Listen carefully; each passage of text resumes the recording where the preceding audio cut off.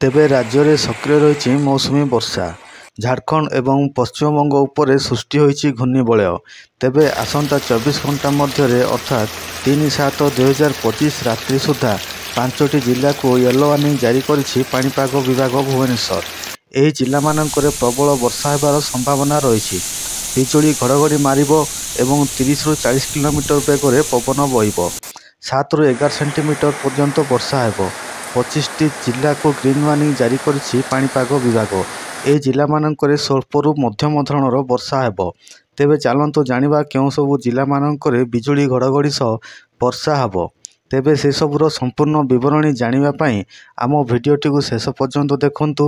ତା ପୂର୍ବରୁ ଆପଣମାନେ ଯଦି ଆମ ଚ୍ୟାନେଲଟିକୁ ସବସ୍କ୍ରାଇବ୍ କରିନାହାନ୍ତି ତେବେ ଆମ ଚ୍ୟାନେଲଟିକୁ ସବସ୍କ୍ରାଇବ୍ କରିଦିଅନ୍ତୁ ଏବଂ ପାଖରେ ଥିବା ବେଲ୍ ଆଇକନ୍ଟିକୁ ଦବାଇ ଦିଅନ୍ତୁ, ଯାହାଫଳରେ ଆପଣମାନେ ଆମ ଚ୍ୟାନେଲର ପାଣିପାଗ ସମ୍ବନ୍ଧୀୟ ସମସ୍ତ ତଥ୍ୟ ସବୁଦିନ ପାଇପାରିବେ। ଦକ୍ଷିଣ ଝାଡ଼ଖଣ୍ଡ ଏବଂ ପଡ଼ୋଶୀ ଉପରେ ଘୂର୍ଣ୍ଣିବଳୟ ଜାରି ରହିଛି ଏବଂ ଏହା ଏବେ ସମୁଦ୍ର ପତନଠାରୁ 5.8 କିଲୋମିଟର ଉଚ୍ଚତାରେ ଦକ୍ଷିଣ ଆଡ଼କୁ ଘୂର୍ଣ୍ଣିବଳୟ ଭାବରେ ବିସ୍ତାରିତ ହୋଇଛି।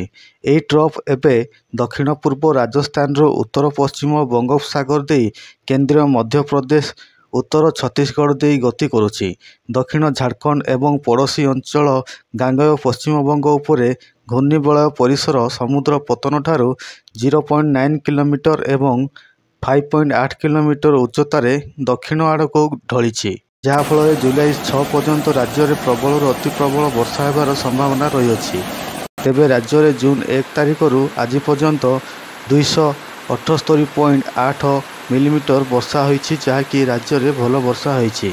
ଆଜି ଦିନର ତାପମାତ୍ରାରେ କୌଣସି ପରିବର୍ତ୍ତନ ଦେଖିବାକୁ ମିଳିବ ନାହିଁ।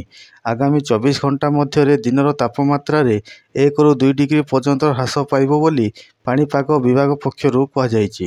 ତେବେ ୟେଲୋ ୱାର୍ଣ୍ଣିଂ ଜାରି କରାଯାଇଥିବା 5 ଜିଲ୍ଲାଗୁଡ଼ିକ ହେଉଛି ନୂଆପଡ଼ା, ବଲାଙ୍ଗୀର, ବୌଦ୍ଧ, ସୋନପୁର, ବରଗଡ଼।